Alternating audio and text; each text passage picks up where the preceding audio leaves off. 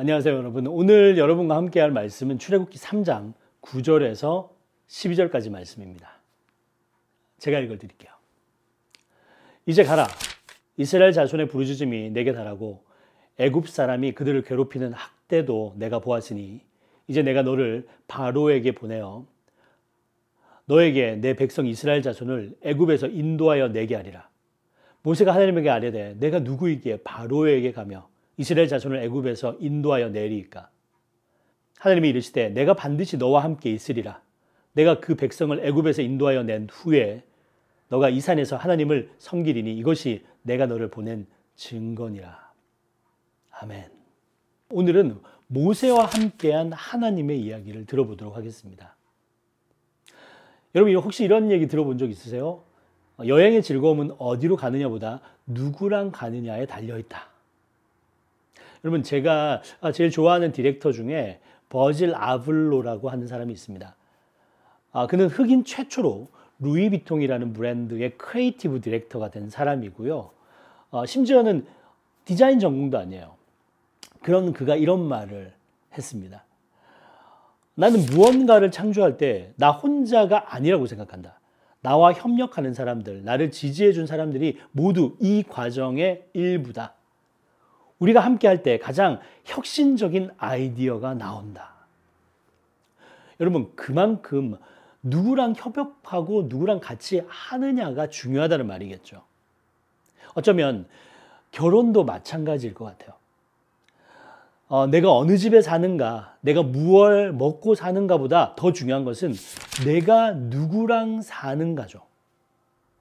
나와 함께하는 남편이 혹은 아내가 사랑스럽고 좋으면 그 결혼은 행복한 결혼이지만 남편이 싫고 아내가 싫으면요 100평짜리 아파트에 살고 외제차를 굴리며 살아도 거기는 지옥인 거예요.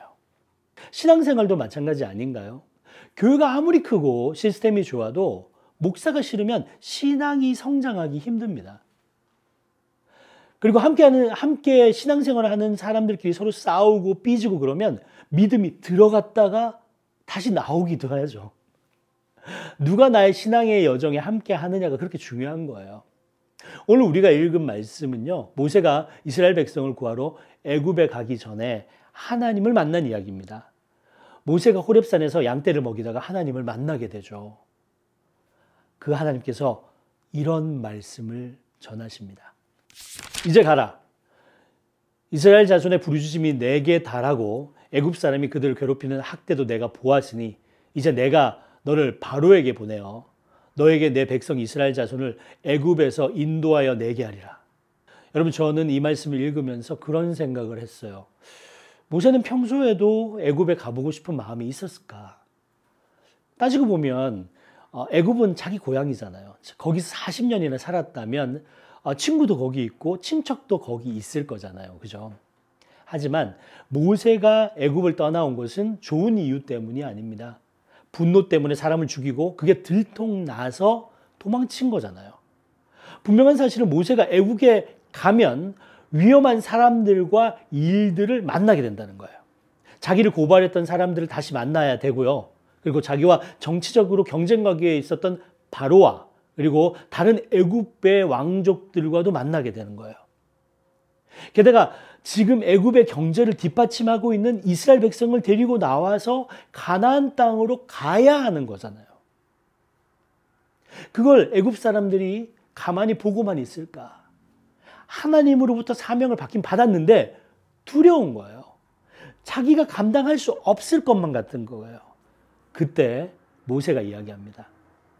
모세가 하나님에게 아뢰되 내가 누구에게 바로에게 가며 이스라엘 자손을 애굽에서 인도하여 내리까? 모세가 하나님께 여쭌 거예요. 하나님의 백성은요, 누구나 살면서 모세와 같은 질문을 하게 됩니다. 부모님들도 자녀를 키우다가 같은 기도를 드린 적이 있을 거예요. 저도 그런 기도 제목을 가끔 받기도 하거든요.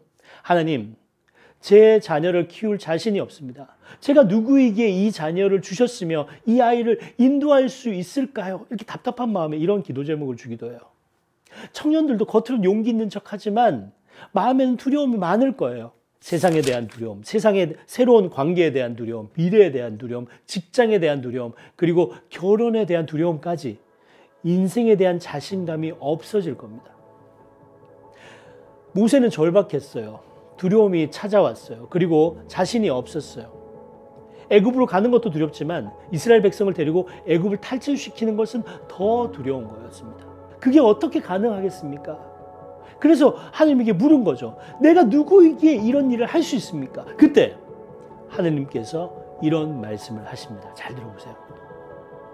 하나님이 이르시되 내가 반드시 너와 함께 있으리라.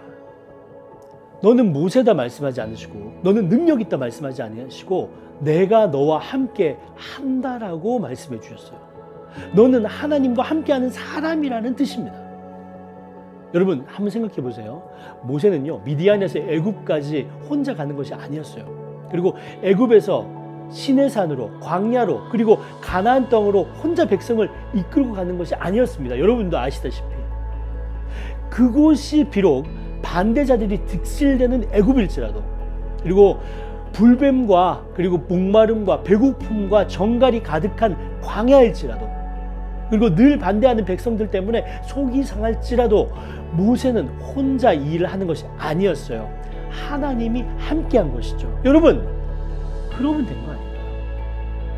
여러분 사명을 받은 사람들은 절대 혼자가 아닙니다. 만약 여러분의 인생에 하나님이 주신 사명이 있다면 여러분은 인생을 절대 혼자 사는 게 아니라는 것을 여러분 믿으시기 바랍니다. 하나님이 반드시 함께 하십니다. 예수님께서 부활 후 승천하실 때 이런 말씀을 주시죠. 내가 세상 끝날까지 너와 항상 함께 있습니다. 빌리 그레함 목사님은 이런 말씀을 하셨어요. 하나님이 우리를 부르셨다면 그분은 결코 우리를 떠나지 않으십니다. 사명을 감당할 능력을 주시고 우리의 길을 준비하시며 우리를 보호하십니다. 우리는 두려움 속에서 걸어갈 필요가 없습니다. 하나님은 언제나 우리보다 앞서가시며 뒤에서 우리를 붙드십니다.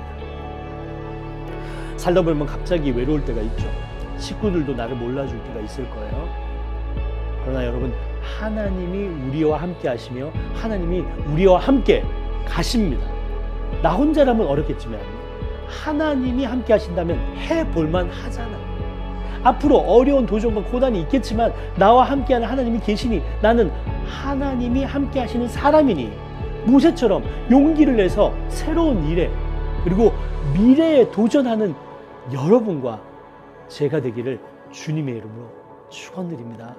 여러분 할 수 있습니다. 해볼만 합니다. 하나님이 계시니까요. 여러분 절대 잊지 마세요. 하나님이 여러분과 함께 하십니다.